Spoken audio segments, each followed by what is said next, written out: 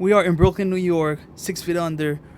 This is Chris Barnes. Chris, such an honor, first of all, to be here with you and always giving Hornstar Brags like the respect that, that it really means a lot, man. Oh, thank First of you. all. Well, thanks for having me. And we are in the middle of the 18 Nights of Bloody tour. Why don't you tell us about what has happened so far? Oh, yeah, this is the fourth night of the tour, so it's kind of early on. We're having a great time so far, though. It's been a great tour, and have some really wonderful bands on tour with us, with Revocation and Dying Fetus. So it's been a lot of fun for the first bit of this tour so far. And for those who don't know, this tour was born around the Summer Slaughter tour last year, where you guys played together and people wanted more of the bands together. Yeah, that's true. Yeah, we had wanted to do another leg of that, tour, because some fans were definitely expressing that they wanted to see us with Dying Fetus, tour, on our own. So it was something for the fans, and we just kept it in mind and figured it would be a great package. And you just released Undead. I mean, I'm sure most of the people have already heard it, whoever's watching right now. But for those who haven't, first of all, what it is so important about this record, and you know this in your career, this is in the level that you always want to keep going and going on. That's why you had some changes in the puzzle. So why don't you tell us a little bit about how that change in the puzzle of 6 Feet Under influenced Undead? Well, yeah, we had to change, we had a change of members and stuff with Terry and Greg leaving the band, and probably about 3 months prior to that, I had already started working with Rob Arnold on the album. So working with Rob and a few of the other people that I was involved with writing songs, it was just, definitely a little bit of just maybe it inspired me a little differently for writing this album, and just, kind of made me put me in a different zone for things. So.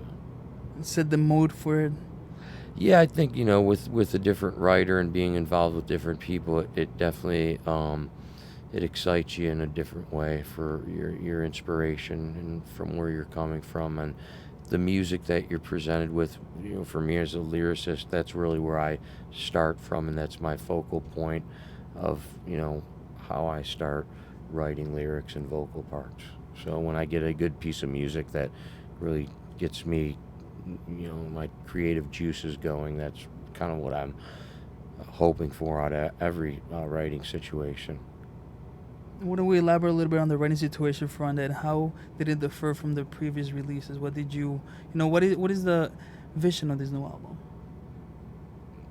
Well, I just think that it was, I don't really look at it like that. I kind of let the music, each song, just speak to me in a certain way, and just work from there. And I don't really have too many preconceived notions about structuring things or sticking to certain ideas, because that never really works out usually. If you try to do things before actually hearing the music, it was a good attempt, but usually you throw that stuff all out and restart anyways.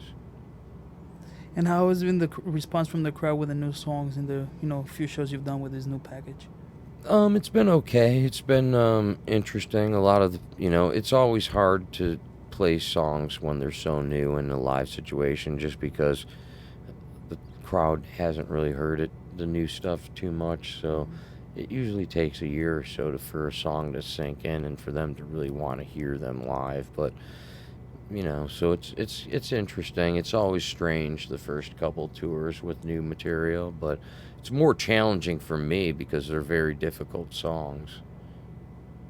In what sense? Physically very taxing, difficult songs. I wrote really intricate vocal parts, and there's vocals and lyrics that are extremely hard vocal rhythms and barely any breaks throughout the song. So they're physically demanding songs. Pushing yourself to the next limit, basically. Yeah, for sure. I've definitely pushed myself to the next limit. I can feel it. I 100%, because a lot of the songs that were difficult for me before to sing are really not too much of a problem for me. With that said, What is the main difference from when you started to today? Because I know you've always kept doing it. You never stopped doing it. So you really can kind of attest to the cycle of how things have progressed. What's different? I guess didn't think about it as much before. I kind of think about what I do more now, you know. So I think that that's kind of in everything you do as you get older. You kind of have more of a sense of trying to understand what you're doing as opposed to just blindly going out and doing something, which there's something to be said for that, for the spontaneity of that, of, you know. But you know, there's other things that kind of interest me, and other techniques and things like that that make me kind of want to look other directions and be interested by other things. And as a flag holder, of course, of the whole death metal from Florida genre, do you feel very proud right now because of all the bands that came after you guys who are making good stuff? Like, for example, obviously Dying Fetus, and now we have New Blood like Revocation. Well, yeah, I don't really think about that stuff, and I think of myself more as you know, from the scene in Buffalo, New York, more than I do from Tampa. You know, Tampa's just somewhere I live, but, you know, where I got my start was in Buffalo, New York, as far as my musical career. What were you listening to, like, when you were growing up? What was, or who were the artists that you were really, really kind of, you know, let's say, influenced by? Venom, Slayer, Motorhead, stuff like that. Celtic Frost, Possessed. What was your first live show? Kish and on Dynasty tour, January of 1980.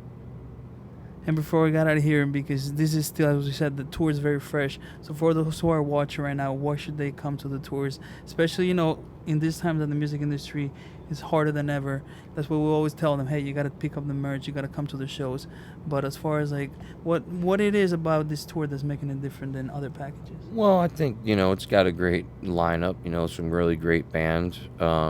You know, we're supporting the local scene too, with a lot of local openers, and, you know, that's important because that's how I got my start, with Cannibal Corpse opening up for great national bands that came through Buffalo. So that's something that we find that's important to keep the music scene going in each town, is by having local bands play with us. So that's, you know, a positive thing, and I think that that's something that all the fans locally in all these places we're playing should come out and support, you know. And you know, the new album's really great that we put out, and I think that the band is the tightest we've ever been, and the people we have playing the music in the band are really great, interesting musicians. So that's a good reason to come out and check out the new lineup and stuff. Thank you very much, Sully, for the camera work. Of course, Metal Blade Records for supporting metal already for 30 years. I mean, and again, we go back to that kind of, let's say, what the history did, and, you know, what Metal Blade brought this 30 years. So why don't we come a little bit about the 30 years of Metal Blade Records? Oh, I mean, I've been involved with Metal Blade for 23 years now, so it's over half my life I've been with them, and it's been amazing. You know, I've just, you know, it's like my family, so it's a really good time, and they always take care of you know, the bands that they have on the label to the fullest, you know, and they do it because they love this music, and they're in it because it's what they like to do. It's not really something that's a business to them. It is, but it's more, it starts from you know, that this is what they love to do. This is what Brian Slagle's first love is, you know. So That's right. Chris, I want to thank you again. Have a great show tonight. thanks. For those watching, thank you for watching. Make sure you pick up the newest 6 Feet Under, Undead. It's out right now via Metal Blade Records. Put your horns up for 6 Feet Under.